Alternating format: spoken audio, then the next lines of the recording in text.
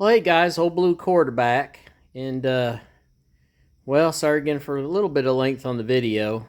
I'll try not to. I'm going to explain to you why I'm telling you this, but I did get sick, and obviously, that's a poor excuse, but I did test positive for COVID about 10 days ago, and I just really haven't felt myself. And the big problem now is when I talk, I start coughing, so I don't think you want to hear me do a video coughing the whole time. But if I do cough, I apologize.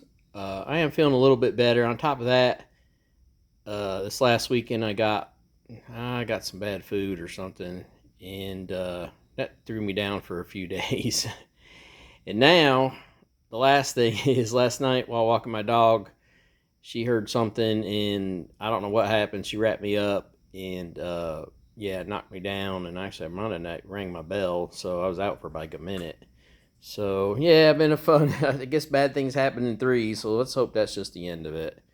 But I'm back, I'm here, I'm going to do a video. I went ahead and pulled the car back in and changing the oil. Now, the reason why I'm changing the oil is because I can't honestly remember. I don't keep track of mileage, so I haven't changed the oil in I don't know how long.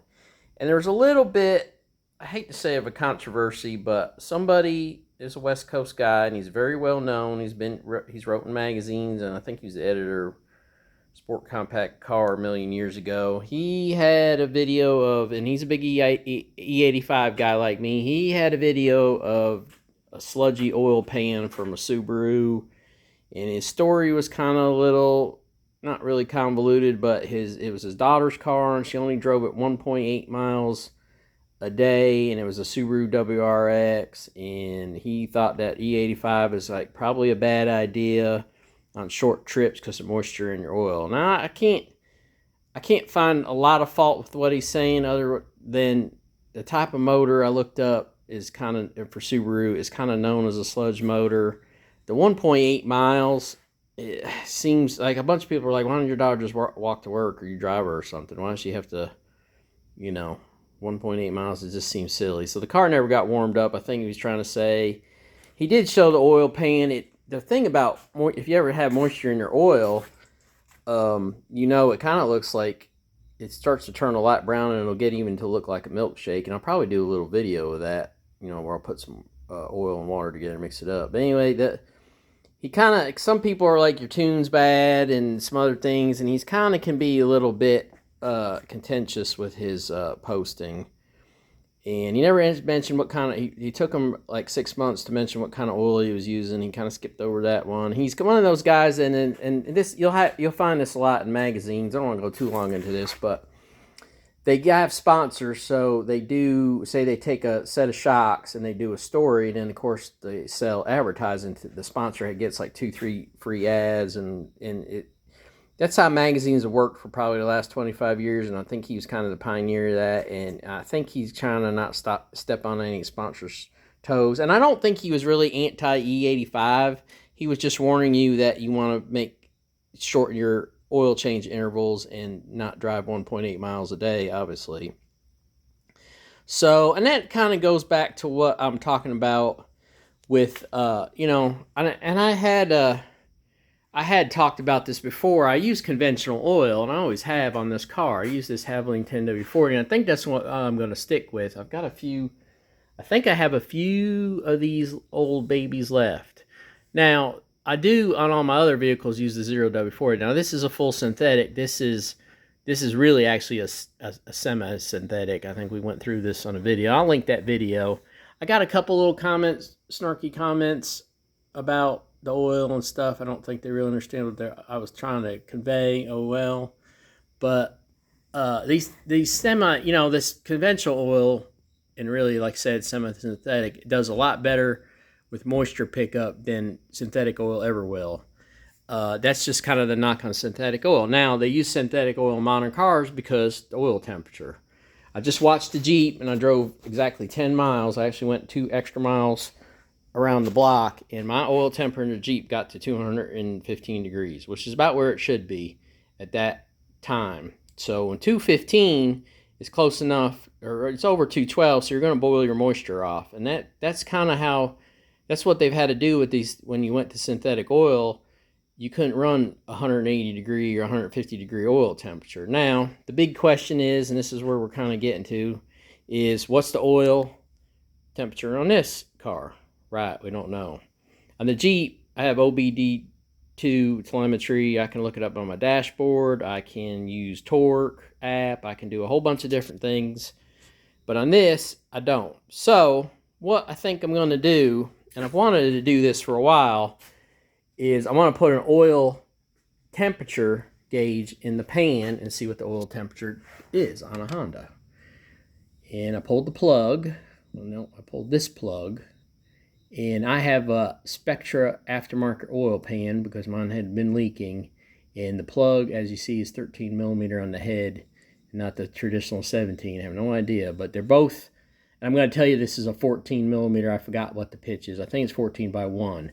And what my idea was to tap the plug, yeah, with probably like an 1/8 NPT, and then have the sensor run through.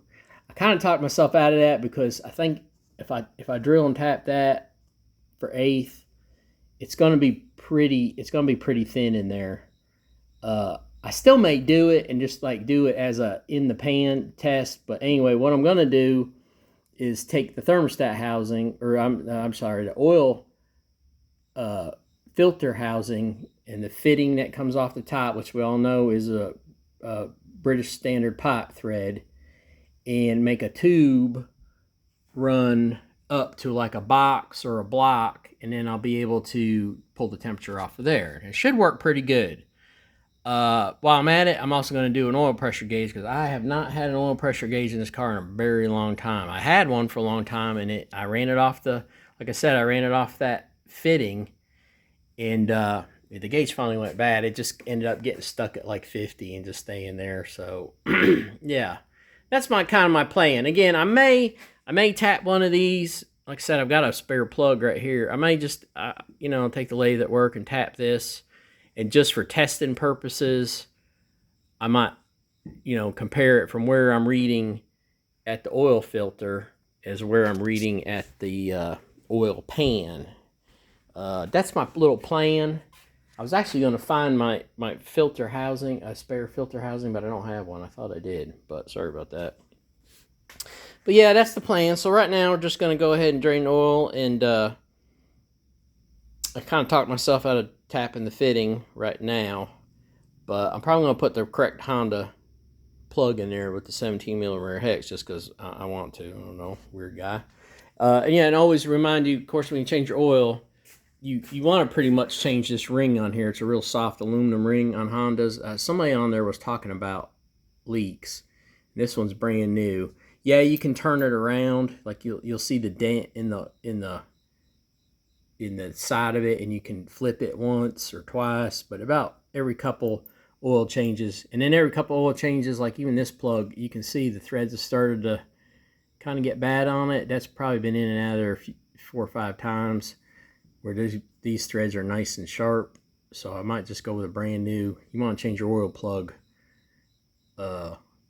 pretty decent amount of the time. That's just a tip for me anyway. But yeah, so that's where I'm at with that, kind of goofing around. Gonna stay with conventional oil. I'll put a link to my little talk about conventional versus synthetic. So what I want to see is the oil temperature, and if I do go synthetic, I want to make sure my oil temperature is getting over 200 degrees because I'm running 85. I want to burn the moisture off. That's where I'm headed on this whole thing. That's really about it. Like most of the other stuff, I did talk about the valve cover gasket snafu. It's beautiful. Look at that, dry as a bone. If you do buy, and I had that video up. Here's the old gasket right here. I just saw it. So, they're too thin. I don't know what that is up with Felpro. Here's my old oil pressure gauge too. I dragged that baby out. That's an oldie, but yeah, it just ended up, I don't know it just ended up, I always use electric ones, don't use those capillary tube ones, but I use electric one, and I'm gonna get another one, don't you worry. And yeah, so the valve cover gasket done, and then I did kind of ask a question. I'm gonna run the light right around here, not even bother editing, about getting a new muffler for the car, because the car's loud, the muffler's shot, The original one went 250,000. This one, you'll see it did not. Let me see if I can get low enough. Like I said, the dog knocked me over, knocked me out, and broke my back. And oh yeah, dang, I didn't even notice that. Oh, that's awful. So there's the baffle hanging out. Yeah, look at that giant ass hole. So there's the baffle. It was kind of a cheap deal. I got to, yeah, that pipe's not good anyway. I kind of put a question on there, but just, I don't need a great muffler, but I want to get something decent. And, but there's a place down the street that does exhaust, and I may just have them just redo everything. Maybe go with bigger pipe, I don't know. I'm not really that worried about it, but this is just a disaster. It sounds terrible. I want to do some videos while I'm driving, and it's just, yeah, that hole's ridiculous. So that's why I asked about that. It's kind of funny, though. You don't see too many. I checked, like, Summit in a bunch of places, and there's not, like, they don't seem to have mufflers catered to, like, four-cylinder cars, because obviously we don't have a tailpipe. That's always the key. And, yeah, so, I don't know. We'll see what, in the end game, see what I do with all that. But, yeah, that's where we're at. And, I'm going to, like I said, just going to go conventional oil. Maybe I'll keep track of when and what mileage I changed that. Never know. Old habits die hard. I probably won't. And that's where we're at. And I appreciate you guys looking. I'll do some other videos about the Jeep and stuff. I got some talk about the air conditioner just a little bit. Nothing big deal. And thanks again for tuning in. Oh, and if you know who Steve Magnetti, I know I'm not saying his last name right, Magnetti is, check out his page. He does the junkyard crawls, he calls them. He'll pick a old car out of a junkyard and talk about, not really about the junkyard part of the car, but, you know, the make, the model, the reason why, the engineering behind it. And he's been in the magazine business and car business forever. He's really sick right now. He's got encephalitis, which is very serious. And so you could watch a couple of his videos and like and subscribe if you could. You know, that way, instead of doing a GoFundMe page where those never work out, we can kind of help him out a little bit, because he's a cool guy, and his videos are really fun. If you like older cars and stuff, and he doesn't just do domestics, he does everything. But all right, well, thanks again for looking, and I'll keep these updates going. Have a good evening.